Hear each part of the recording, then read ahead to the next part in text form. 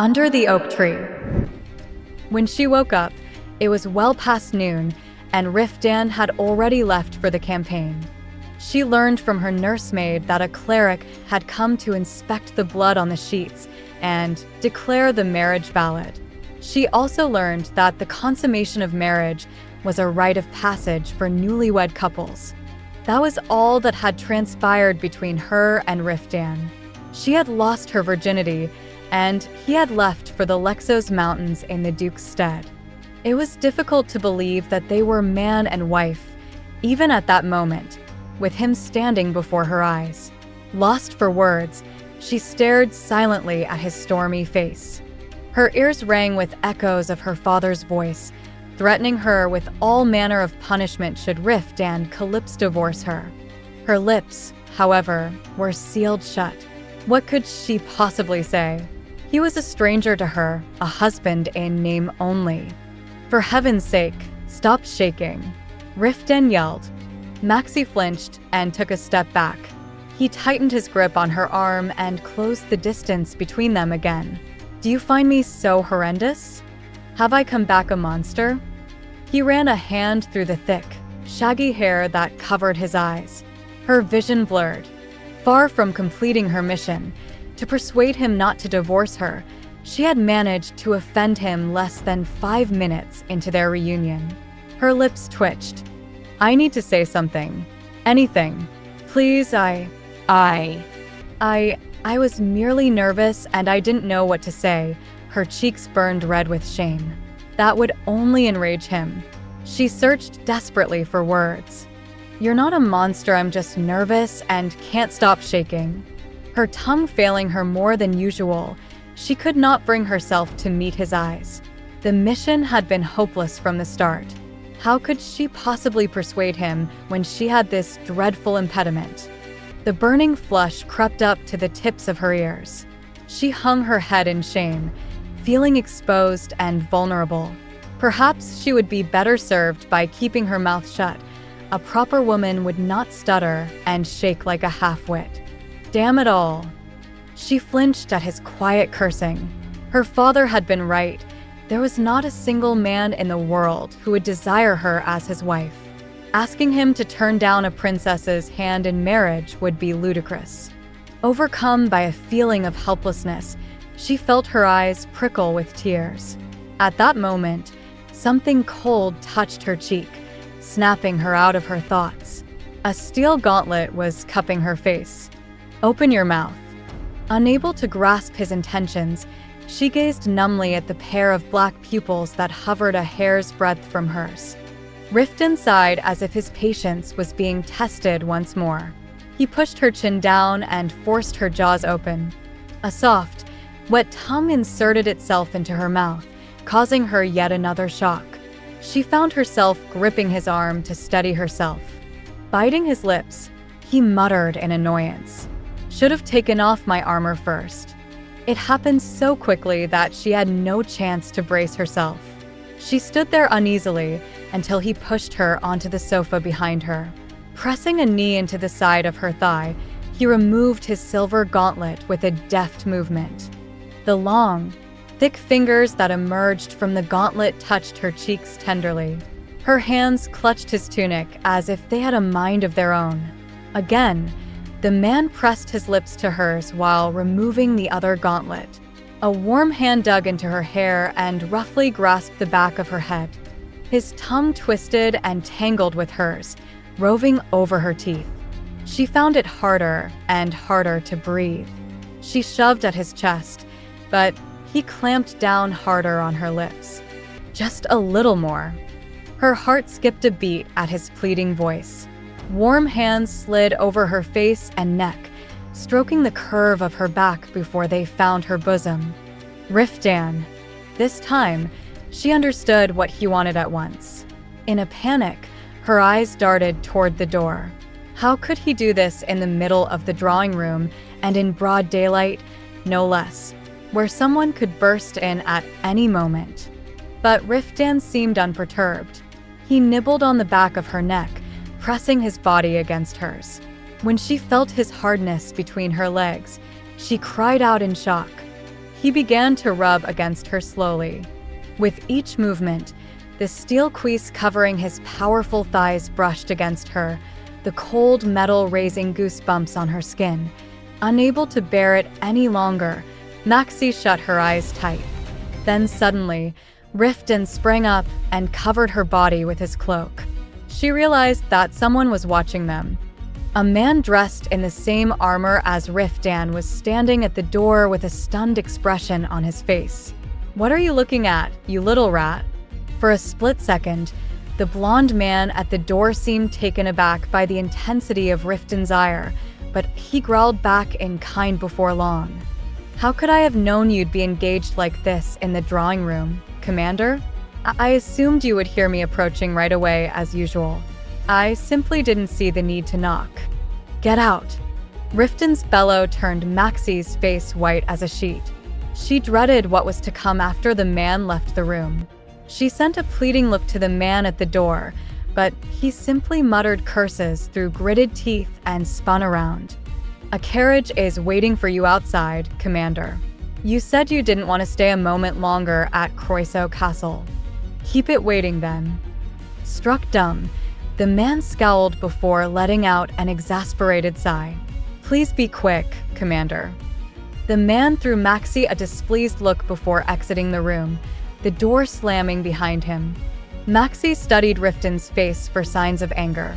He scratched the back of his head, then shot her a fierce look. She withered under his intense stare, and he scoffed at the sorry sight. "I won't pounce on you again, so no need to tremble like that. Hell, I never even planned to jump on you here." Riftan rose from the sofa and straightened out his disheveled clothes. "You heard him, didn't you? A carriage is waiting. It's leaving soon." Maxi felt the blood drain from her body. He was kissing her only moments ago, and now he was speaking of leaving. She had not yet managed to convey a single coherent thought to him, let alone persuade him. But in her panic, she desperately clutched at his tunic without noticing the state of her own rumpled clothes. "Could we talk for a moment? There's no time to lose. Get the servant to pack your things. We'll talk in the carriage." Maxi had been shaking with fear, but now a puzzled expression dawned on her face. She repeated his words hesitantly. "My things?" "Yes, your things. Do you not have things to bring with you?" She blinked, still not understanding. A great sigh escaped Riftan, who deftly adjusted her clothes into some semblance of propriety. "Pack only what you need. We can't dally too long." Even after hearing his order, Maxi could not believe that he really intended to take her with him. "There's not much to take. Just a few."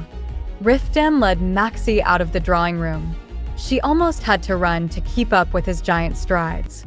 Everything was moving so quickly that she did not have the faintest idea of what was happening. "Your estate. Why? Does it amaze you that a lowly knight holds land of his own?"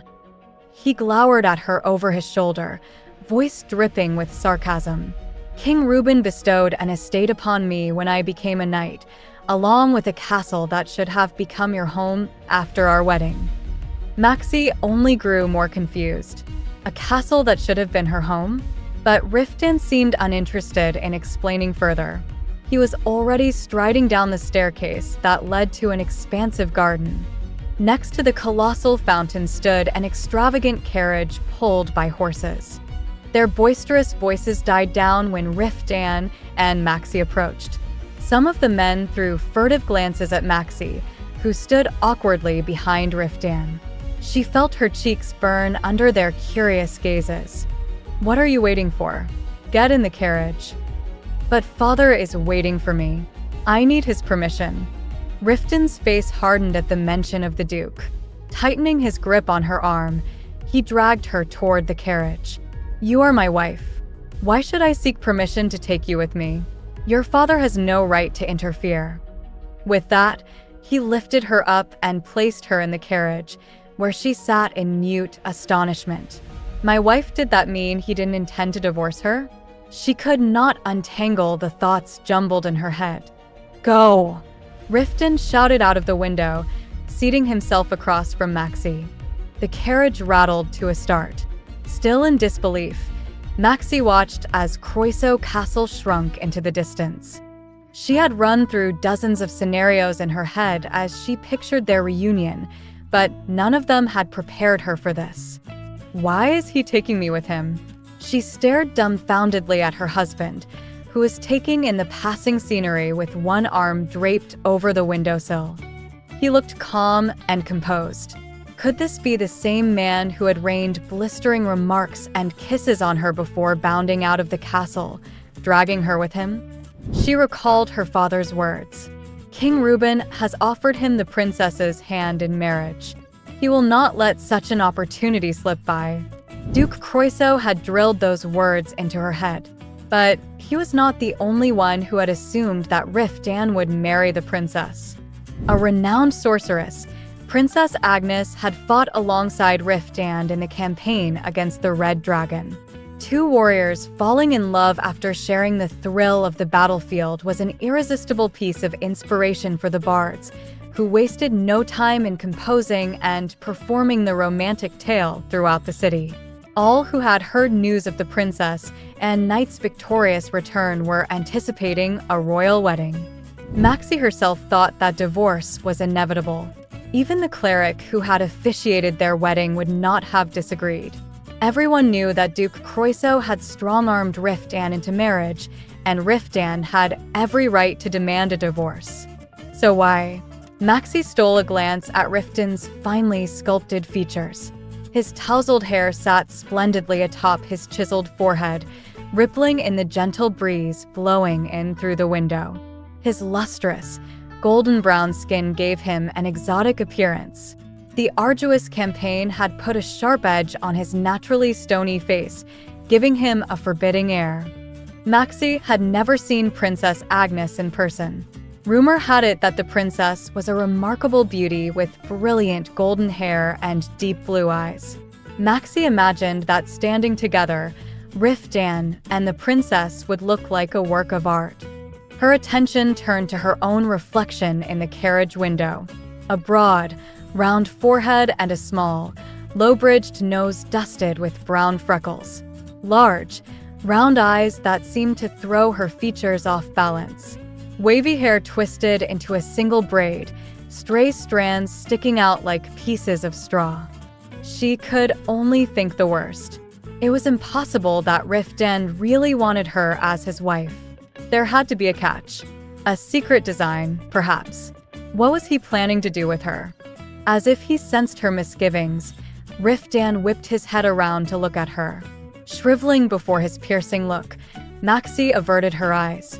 She must have done something to displease him, for he began to curse. "Do you find me so unbearably repulsive? At least try to hide it. I don't have the slightest intention of jumping out of the carriage to spare you the trouble of my company." "You aren't repulsive." "I never said." "Then do something about that dreadful look on your face." Maxi's hands flew up to cover her face. It was true that she felt uncomfortable and afraid in his presence, but she had not realized that her expressions so clearly betrayed her feelings. Knowing that her face had angered him, she was at a loss for what kind of expression she should wear. Riftan sighed. "You must realize that we're not like other married couples." Maxi felt cold sweat beading on her forehead. "I don't know much about you," he continued, "and you don't know much about me. But you are my wife, and that means I am to spend the rest of my days with you. How can I treat you as my wife if my mere presence is enough to make you tremble like a leaf? The rest of your days with me?" Seeing her surprise, his features twisted into a frown. "We were married 3 years ago. We're man and wife. Aren't couples supposed to live together for the rest of their lives?" She looked at him as if he had suddenly grown another head. She could not believe her ears. Did he genuinely want her to be his wife? Or was he lying for some ulterior purpose? Perhaps he was mocking her, thinking that she had not yet learned of his engagement to the princess. Increasingly distressing thoughts filled her mind. "I may be a man of low birth, but I hold the vows of marriage sacred. Riftan snapped at a perplexed Maxi. It astounds me that the daughter of a duke would show such utter contempt for our vows. Contempt. If not contempt, then what is it? You married me, yet you've disregarded my existence all this time. Do not expect that I will tolerate any more of it. Dismayed, Maxi could only stare at him. How could he accuse her of such a thing? He had left the morning after the wedding without a word. I've never disregarded you. You're the one who. Enough. As Lady Calypse, you should have left for my estate after the wedding night. Yet for 3 years, you have chosen to remain in your father's opulent castle. Riftan gave a loud snort. Then again, how can I expect the daughter of a duke to give up her standing for the life of a half-widow, waiting for the return of her husband's corpse? Taken aback, Maxi could not think of a retort to his accusations. The words he was uttering were incomprehensible to her. How could I have left for your estate? I didn't know where it was. You didn't tell me anything.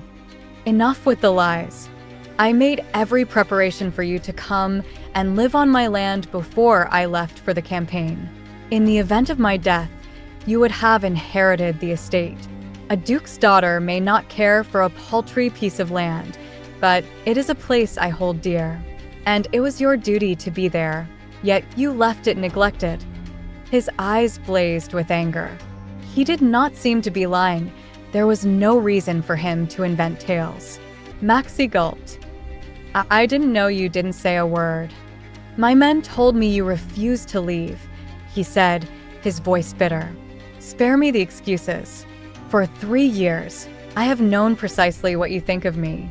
And why are you trembling, damn it? Are you afraid I'll give you a beating? I'm sorry. Truly, I knew nothing of it. I awoke that morning to find you gone. No one ever told me. He narrowed his eyes as if to assess whether she was telling the truth. Like a prisoner awaiting judgment, she waited for his next words. A few moments later, he spoke in a softer tone. Even if that were true, you should have left for my land. A wife's duty is to take care of her husband's house. If that didn't occur to you, I can only take it to mean that this marriage is worthless to you. Again, she could think of no reply. Their marriage was not as meaningless to her as Riftan imagined. Still, it was true that she had not wholeheartedly accepted the arrangement. She had simply thought that they were victims of her father, and their marriage, an unavoidable sacrifice. Had Riftan been sincere about their marriage all along? What were you going to do if you were pregnant? Pregnant. Hearing the unexpected word, Maxi looked up with a start. The corners of Riftan's mouth twisted. It was possible that you were. I performed my duties to the fullest that night, did I not? His sardonic tone drained her face of blood. The events of that night remained a harrowing and shameful memory in her mind. She was now aware that every marriage required consummation, but still, her whole body shook when she recalled the acts of that night. Riftan, however, spoke of their wedding night as if it had been a trivial affair. Maxi trembled with renewed dread. Seeing this, Riftan's face contorted into a scowl, and he slammed his fist into the wall of the carriage. Don't make that face, as if the thought of having my child sickens you. But his fierce growl was cut short as Maxi screamed. Commander, ogres, I know. Cast a shield around the carriage. After shouting orders, Riftan turned to Maxi. Whatever happens, do not come out. He slammed the door shut without waiting for an answer. A thunderous roar shook the ground. Maxi clapped her hands to her ears. With every tremor of the earth, the carriage shook. She curled up into a ball on the floor, not daring to look out of the window. She had heard rumors that monstrous creatures had been spotted near the dukedom of late, but she had not expected to encounter one within an hour of leaving Croiso Castle. Her entire body shook. Stop the ogre at once. Hearing urgent shouts coming from outside, she swallowed her sobs. The carriage shook violently. The night's cries mixed with the eerie shrieks of something inhuman, creating terrifying echoes. Maxi buried her face in her skirt. The dull sound of something striking the carriage. Maxi looked up, fearful that the ceiling would come crashing down. Then she started in shock. An enormous eye, green and bloodshot, was staring at her through the window. She screamed and leaped to the other side of the carriage, pushing her back against the wall. The world turned upside down, and her body fell backward. She reached for the wall to steady herself, but her fingers found the doorknob instead. The door flung open. She tumbled out of the carriage and crashed to the ground. Pale with terror, Maxi scrambled to get back to the safety of the carriage, but her legs were paralyzed with fear. She desperately looked around for help, but the others were busy fighting the ash-skin giants. She would have to find her own way to safety. She began crawling toward the carriage when she saw an ogre lumbering toward her, stomping its enormous feet. She shrieked at the top of her lungs. Suddenly, there was a flash of bright light, and the ogre fell flat on its back. "My lady, you must get inside at once. There's a shield protecting the carriage. It's safer in there. Please go back in." "I didn't mean to come out. I was thrown." Stammering, Maxi tried to explain. Riftan's stern order forbidding her to come out echoed in her ears. She had not intended to get in their way. The carriage was shaking and... "My lady, get inside." The man cut her off impatiently. She stopped speaking, wincing at his irritation. He was right, this was no time for making excuses. Maxi clapped a hand over her mouth. Her stomach had become tense with anxiety over the past few days, and it now twisted painfully. Something sour rose in her throat. She attempted to push the liquid back down, but to no avail. Watery bile splattered on the floor, and her throat burned. "My lady," Maxi panted and clutched her stomach, hot tears prickling her eyes. It felt as if something was tearing her guts out. Hearing Riftan's concerned voice, she managed to look up. He was standing in front of the ogre. The long, sharp blade of his sword gleamed blue, blood trickling down from its edge. His armor, silver-white mottled with dark blood, gave him a ghastly appearance. In her retreat, Maxi lost her balance and stumbled. She put a hand on the carriage to steady herself. Riftan's face went hazy, warping like smoke before her. The world spun. Her vision dimmed, and sounds became indistinct as she sank into the dark depths of unconsciousness.